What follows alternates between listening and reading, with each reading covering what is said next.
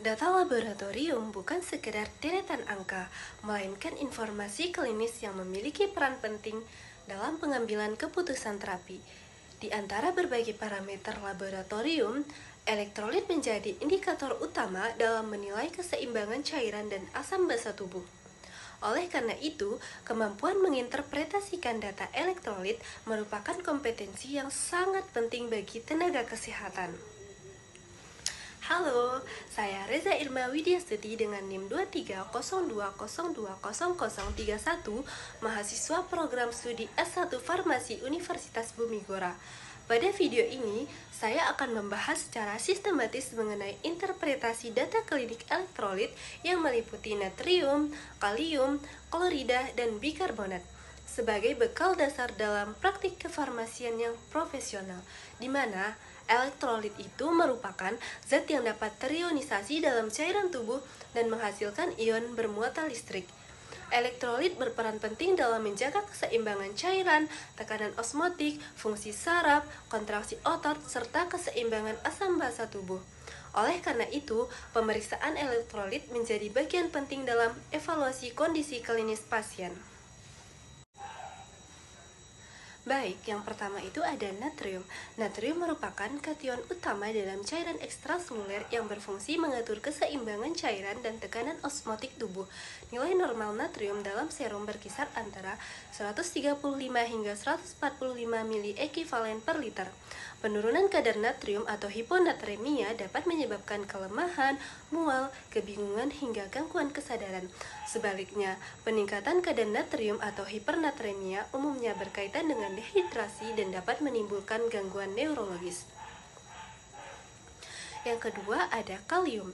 Kalium merupakan kation utama intraseluler yang berperan penting dalam transmisi impuls saraf dan kontraksi otot, terutama otot jantung.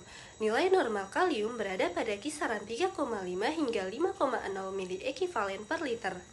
Hipokalemia dapat menyebabkan kelemahan otot, kram, dan gangguan irama pada jantung. Sementara itu, hiperkalemia merupakan kondisi serius yang berpotensi menyebabkan aritmia hingga henti jantung. Yang ketiga itu ada klorida. Klorida merupakan anion utama dalam cairan ekstraseluler yang bekerja bersama natrium dalam menjaga keseimbangan cairan dan asam basa tubuh. Nilai normal klorida berkisar antara 98 hingga 106 mili ekivalen per liter. Perubahan kadar klorida sering berkaitan dengan gangguan keseimbangan asam basa seperti kondisi dehidrasi, gangguan ginjal, atau gangguan metabolik tertentu. Baik, yang terakhir itu ada bikarbonat. Bikarbonat merupakan komponen utama sistem penyangga asam basa dalam tubuh yang berfungsi mempertahankan pH darah dalam batas normal. Nilai normal bikarbonat berada pada rentang 22 hingga 26 mili ekivalen per liter. Penurunan kadar bikarbonat dapat mengindikasikan asidosis metabolik, sedangkan peningkatan kadar bikarbonat dapat menunjukkan alkalosis metabolik. Dalam interpretasi data klinik, nilai elektrolit tidak dapat dinilai secara terpisah, melainkan harus dikaitkan dengan kondisi klinis pasien, riwayat penyakit, serta terapi yang sedang dijalani. Pemahaman yang komprehensif terhadap data elektrolit sangat diperlukan untuk membantu tenaga kesehatan dalam mendiagnosis, memantau terapi, serta mencegah terjadinya komplikasi. Pemahaman yang baik terhadap interpretasi data elektrolit bukan hanya mendukung ketepatan diagnosis dan terapi, tetapi juga mencerminkan profesionalisme tenaga kesehatan dalam memberikan pelayanan yang aman dan berkualitas. Dengan menguasai materi ini, kita tidak hanya mampu membaca hasil laboratorium, tetapi juga memahami kondisi pasien secara menyeluruh.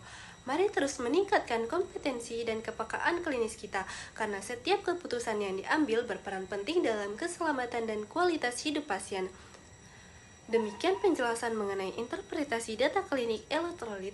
Semoga materi yang disampaikan dapat menambah pemahaman dan bermanfaat dalam proses pembelajaran. Terima kasih atas perhatiannya. Sampai jumpa.